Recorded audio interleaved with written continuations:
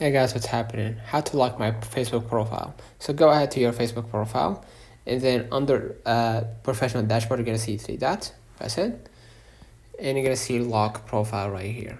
Right? Just go ahead and press it, and just hit lock your profile.